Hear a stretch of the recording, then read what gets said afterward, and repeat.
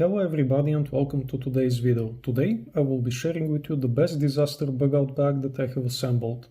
It has universal usage, which means that it can be helpful in a very wide range of scenarios, but as I tend to say in this type of videos, having a realistic assessment of the potential situations a person may find themselves in leads to a more adequate equipment selection and equipment weight.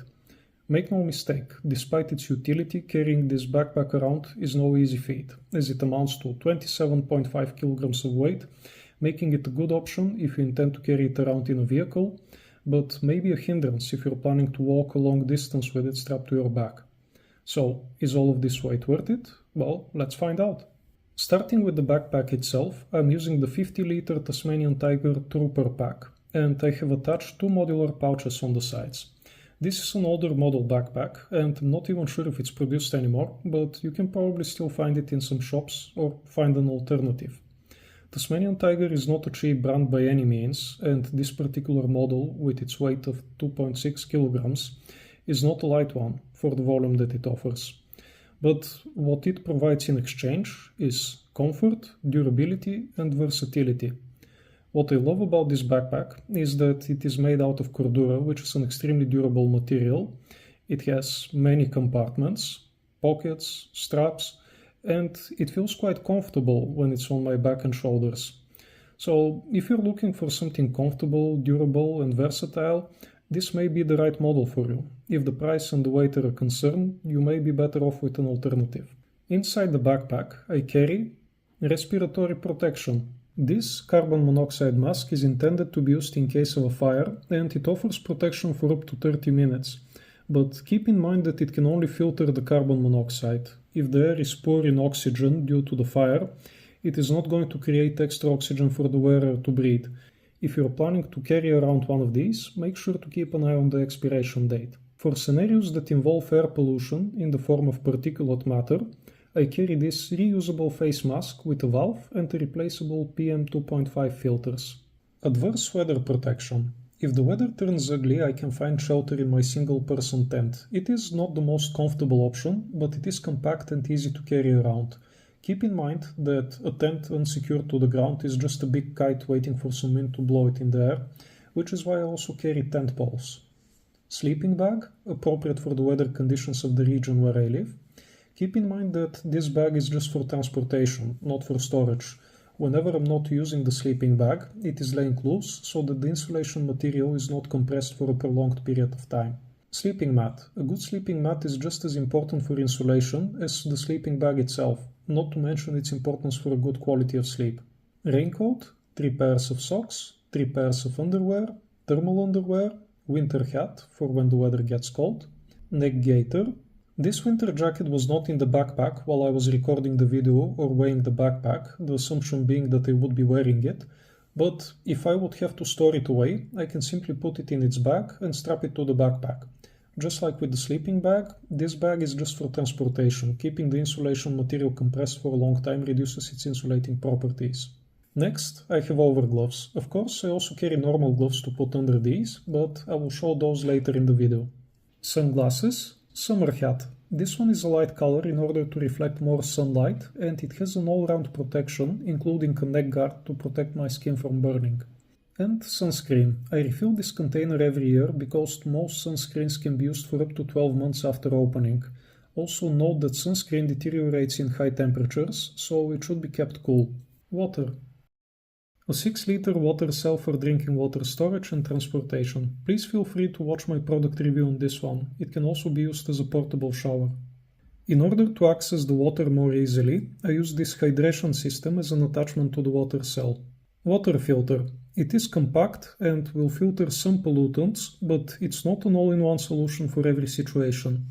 Also, keep in mind that ceramic filters such as this one should not be exposed to freezing temperatures, since any remaining water inside the filter will form ice crystals which may damage the filter material. Food. I have packed 7,500 kilocalories worth of food in the form of whole wheat crackers, packaged tortilla dish, nuts and chocolate. This should be enough for 3 days, even with increased physical activity. In addition to the food, I have a titanium spork, a sealable metal container that I can prepare food in. Note that the lid should not be exposed to heat due to the gasket, And I also have a handle for the metal container. First aid. 2 pairs of sterile gloves. It's important to check the packaging for damage regularly and to keep an eye on the expiration date. Scissors, tweezers, an immobilization brace. This one is reusable and can be adjusted depending on the injury. 10 meter by 10 centimeters bandages, 2 items. Cotton, a non-electronic thermometer. Electronic thermometers have their advantages, but with this one I don't need to worry about batteries. Elastic bandage, 2 items. A 5 meter by 5 centimeters bandage. 10 centimeters by 10 centimeters sterile pad, 3 items. It is important to keep an eye on the expiration date of these as well. Large non-sterile pad, band-aids, paracetamol, mouth-to-mouth mask, wristwatch, triangular band, 3 items. These are very handy for immobilization, especially in combination with the brace. General survival gear. Parasite removal tool, nylon bags, condoms, reflexive vest, pen, pencil, notebook, tactical gloves, lighters or matches. It's very important to keep them dry. Compass with 10 functions. Please feel free to watch my product review video on this one. The link is in the description. Cable ties, duct tape. This type of duct tape is intended for outdoor use. Super glue, needles and thread, fishing hooks and cord. It's also a good idea to carry floats and weights. Multi-tool, knife. Keep in mind that knives are not allowed everywhere and not all knives are legal. Adjustable wrench, imbus keys, screwdrivers, electrical tester screwdriver. This one has a few extra functionalities. It can be used as a regular flat screwdriver. It can be used as a tester for power outlets. It can be placed next to a cable to check if there is electricity running through it. It can also be used to check if a circuit is closed.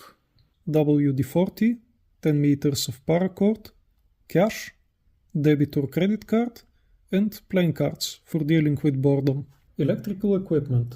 Power station with a capacity of 41,600 mAh and a universal power outlet. I made a product review about it a while ago, where you can see me testing it in its various modes of work. If you want to learn more about this item, please feel free to see my dedicated product video. The link is in the description. 100 watt solar charger. This may seem like an overkill, but in the Netherlands where I live, we get a lot of cloudy days, so having something of this size helps with making better use of the available sunlight.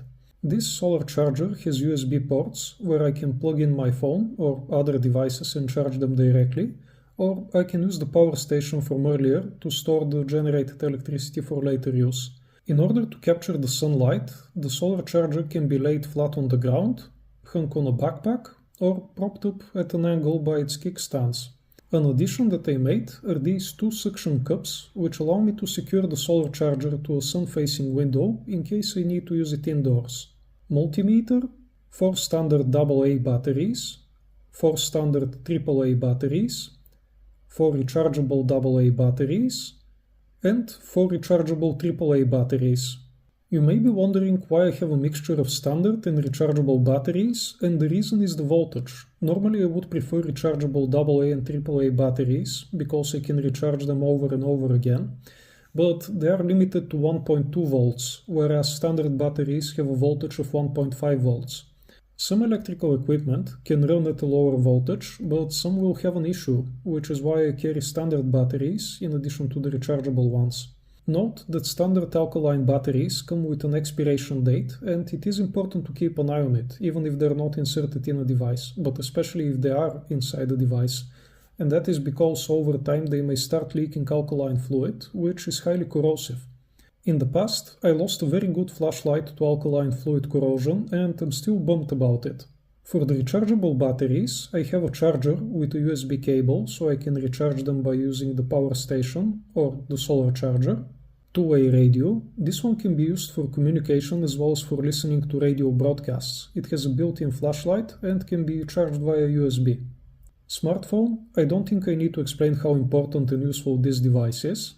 Faraday pouch. In the past, it was common for phones to have removable batteries, but currently most phones have batteries that cannot be taken out unless the whole phone is taken apart. Which is why nowadays it is very hard to be absolutely sure if a phone is turned off. To make sure that the phone cannot transmit or receive data, it can be placed in a Faraday pouch like this one, and all communication to or from the phone will be temporarily blocked. Smartphone charger and charging cable. I can use these to charge almost all of my other devices. USB adapters, wireless active noise cancelling earbuds, and you guessed it, USB compatible. Throat microphone. I can't really use the wireless earbuds with the two-way radio, so this microphone allows me to communicate without having to hold the radio in my hands. But that's not all a throat microphone can do. A throat microphone picks up the vibrations from the throat, which means that if there is a lot of noise around me, I'm wearing a mask, or I need to speak quietly, the person on the other side of the radio will still be able to hear what I say. Tactical flashlight, which works with standard as well as with rechargeable AA batteries. Hygiene. Soap. This little box contains 50 thin soap sheets which dissolve completely in water during hand washing. Shower gel, deodorant, toothpaste, toothbrush, shaver, shaving gel, hair gel, towel, steel mirror with a weight of 51 grams. This one is on the heavy side, but it is much more durable than a glass mirror. Handkerchiefs, disinfectant spray, antibacterial wipes, documents. Copies or originals of documents such as identification documents, insurance policies, contracts, wills, birth certificates, death certificates, marriage certificates inside a waterproof bag. So this was all for today. If you have enjoyed the video, please consider giving it a thumbs up, and if you like this type of content, please subscribe to the channel so that you may be informed when a new video becomes available. As always, thank you for watching.